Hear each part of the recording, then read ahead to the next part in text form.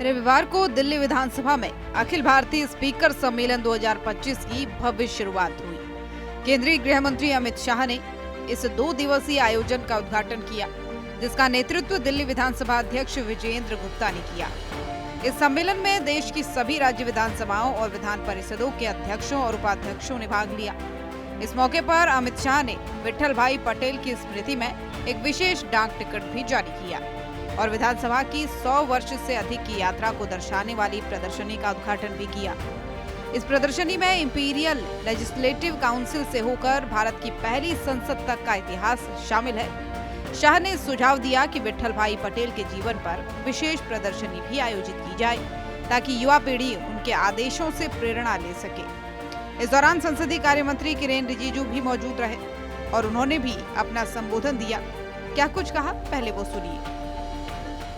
कि एक प्रकार से भारतीय विधायी कार्य प्रणाली के भीष्म पितामह विट्ठल भाई पटेल के अध्यक्ष बनने के 100 साल के मौके पर हम सबके लिए भी मौका है कि अपनी अपनी असेंबली में हम सभापति के स्थान की गरिमा को बढ़ाने के लिए काम करें।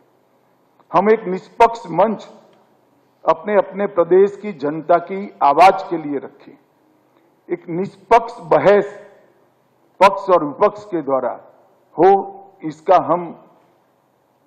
इसको हम सुनिश्चित करें और सदन की कार्यवाही विधानसभा के नियमों के अनुसार, लोकसभा राज्यसभा के नियमों के अनुसार हो, इसके लिए हम आग्रही बने, क्योंकि विचार मंथन ही ये लोकतंत्र में जनता की समस्याओं के निवारण का सर्वश्रेष्ठ माध्यम है।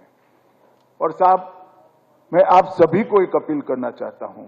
हमारे 13,000 साल पुराने इतिहास में जब जब भी सभाओं ने अपनी गरिमा खोई है तो बहुत बुरे परिणाम हमें भुगतने पड़े हैं।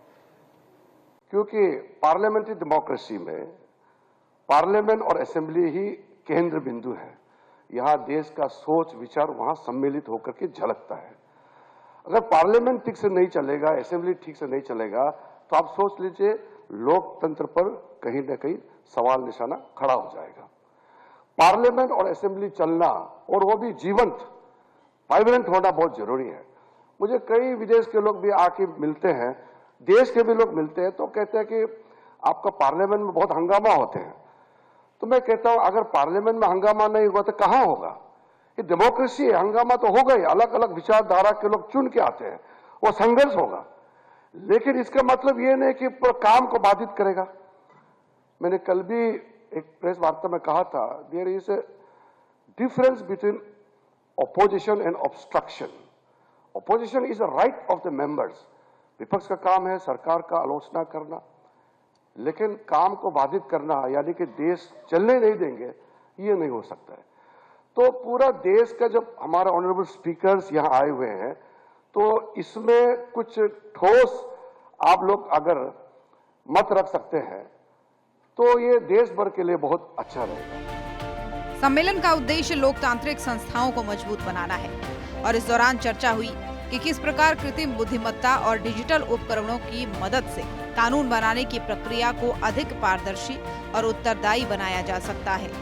तो स्पीकर सम्मेलन 2025 न सिर्फ भारत की समृद्ध विधायी परंपराओं को सम्मान देने का माध्यम बना है, बल्कि ये भविष्य की संसद को तकनीकी रूप से सक्षम बनाने की दिशा में एक अहम कदम भी है।